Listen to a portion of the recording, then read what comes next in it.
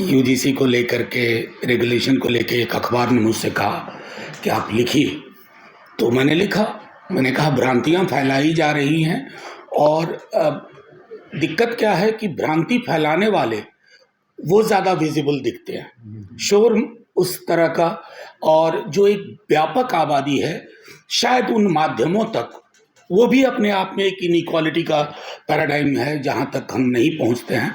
अभी जब आपके पास आ रहा था तो उस आलेख का हिंदी अनुवाद भी किसी एक प्लेटफॉर्म ने किया है, मैं शेयर करूँगा उसको। बहरहाल तमाम साथियों जिनका रस्टिकेशन हुआ है, please take it as a badge of honour. मतलब बुरा मत मानिएगा, मुझे तो लग रहा है कि हम लोग तो परमानेंट रस्टिकेटेड होते अगर इस तरह की व्यवस्थाएं तब होती तो हमें तो 2 दिन के लिए 3 दिन के लिए अटेंडेंस से महरूम कर दिया जाता था। अगर पुलिस भी पकड़ के ले जाती थी तो हाजत में रखती थी और फतुहा में जाके छोड़ती थी बगैर पैसों के, अब पैदल चल के आओ। मतलब इस प्रकार की व्यवस्थाएं हमने नहीं देखी थी, तभी कल्पना भी नहीं की थी कि ऐसा होगा।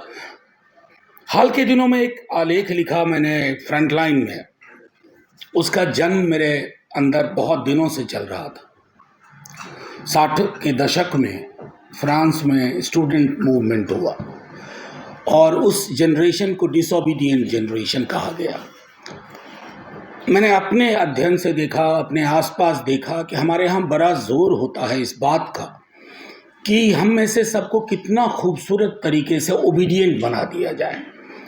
माता पिता यही चाहते हैं कि बच्चा ओबीडिएंट हो, धर्म यही चाहता है कि आप ओबीडिएंट और फेथफुल हो, राष्ट्र भी यही चाहता है कि आप ओबीडिएंट और faithful to the nation dash to the government. दुनिया के जिन मुल्कों में ये ओबीडियंस नाम की बीमारी ज़रूरत से ज़्यादा हो गई, वो मुल्क खत्म हो गए। तो a fair amount of obedience is needed, but unfair amount of obedience has to be discarded. ये मैं अपने तजुर्बे से भी कह रहा हूँ। दूसरी चीज़ मैं कहूँ कि ये लड़ाई 4 स्टूडेंट के रस्टिकेशन से नहीं है। इस रस्टिकेशन के पीछे की पृष्ठभूमि मैं सुन रहा था, आपने बहुत बेहतर तरीके से बताया। इसके पीछे पृष्ठभूमि है सरकार और सरकार को चलाने वाले संघ के लोग। उनको आशंका है कि जिस आंदोलन को हमने हल्के में न्यायपालिका के माध्यम से अभी दबाने की कोशिश की है वो दबेगा नहीं। मसलन कल मुझे पार्लियामेंट में बोलना था राष्ट्रपति महोदया का अभिभाषण पर। मैंने कहा कि उस दिन 2 टिप्पणी हुई, आप लोगों ने नोटिस किया या नहीं। एक टिप्पणी हुई यूजीसी रेगुलेशन के तहत, कहा गया कि क्या हम पीछे की ओर जा रहे हैं। ये चीफ जस्टिस ऑफ इंडिया ने कहा। शायद वो समाज नहीं देख पा रहे हैं, हम तो पीछे ही चल रहे हैं भाई। मैंने कल पार्लियामेंट में कहा कि मेरे घर आइए, मेरे ऑफिस आइए, सीवर डेथ्स की 4 तस्वीरें लगी हुई हैं और मुझे खुद सरकार ने बताया है कि 98% एक ही जाति के लोग हैं। तो ये पीछे चलना नहीं हुआ। ये कौन सी आगे की यात्रा है। दूसरा, उस दिन एक और टिप्पणी हुई जो हमारे कई लोगों ने नजरअंदाज कर दिया। ट्रेड यूनियन को ग्रोथ का ऑब्स्ट्रक्शन कहा गया। मैंने कभी कल्पना नहीं की थी कि इस देश में एक चीफ जस्टिस ऑफ इंडिया ये बोल के निकल जाएंगे। वो ये बोल के निकल जाएंगे कि समाज पीछे जा रहा। उन्हें पता नहीं है हमारे, बाकी छोड़ दीजिए, जो बड़े बड़े विश्वविद्यालय हैं वहां मेस बटे हुए हैं। मैं आज की बात भी नहीं कर रहा हूं, बहुत पहले से ये चल रहा है। और अगर मेस नहीं बटा हुआ है तो टेबल बटा हुआ है।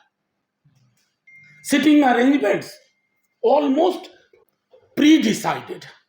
और ऐसे माहौल में जब न्यायपालिका ये कहती है कि हम तो आगे चलना चाहते हैं, तो हुजूर आगे चलने के पहले पीछे की गंदी रवायतों को डस्टबिन में डालना होता है, उसको स्वीकार करना होता है।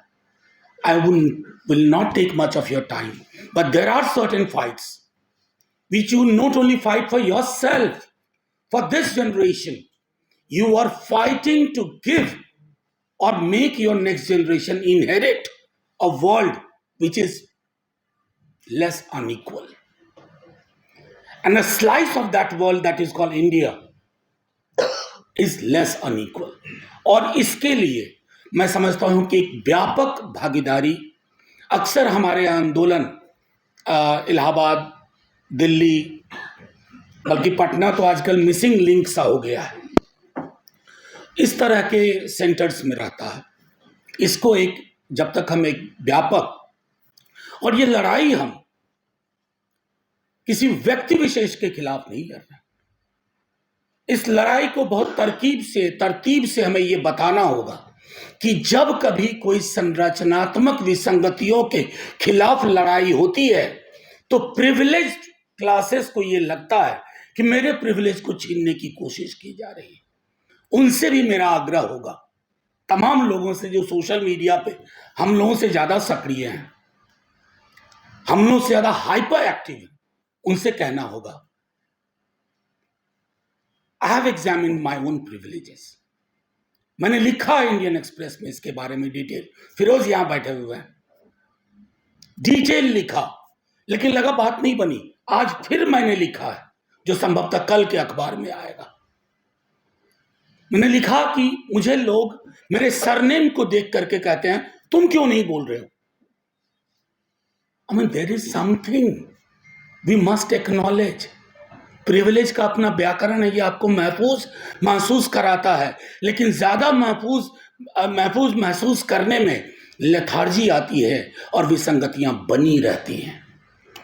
आप सब लोगों को मेरी ओर से बहुत बहुत मुबारकबाद।